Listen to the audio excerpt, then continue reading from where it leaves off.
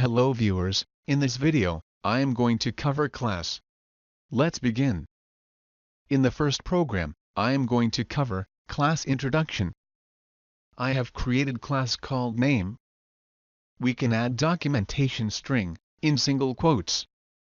Define class variable, which is common for all instance of class. Define constructor, using init method. And create methods. I have created methods called displayName and displayCount.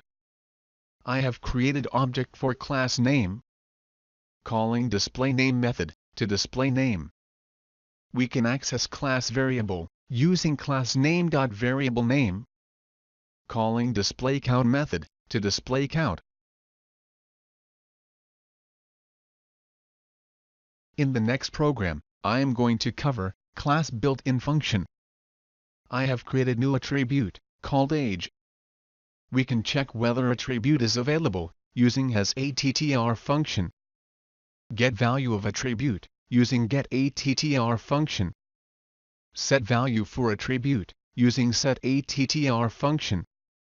And delete attribute using delattr function. Alternatively, we can delete attribute using delObjectName.attributeName. We can delete object using delObjectName. In the next program, I am going to cover class built-in attributes. Tuple containing base class in order of their occurrence, using base as attribute.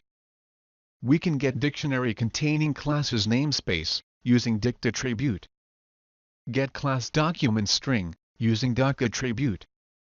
Get module name in which class is defined, using module attribute. Get class name, using name attribute. In the next program, I am going to cover class operator overloading methods. We can use init method to overload constructor, str method to overload str function, repr method to overload repr function, add method to overload plus operator, del method to overload destructor, and so on. I hope you enjoyed the video.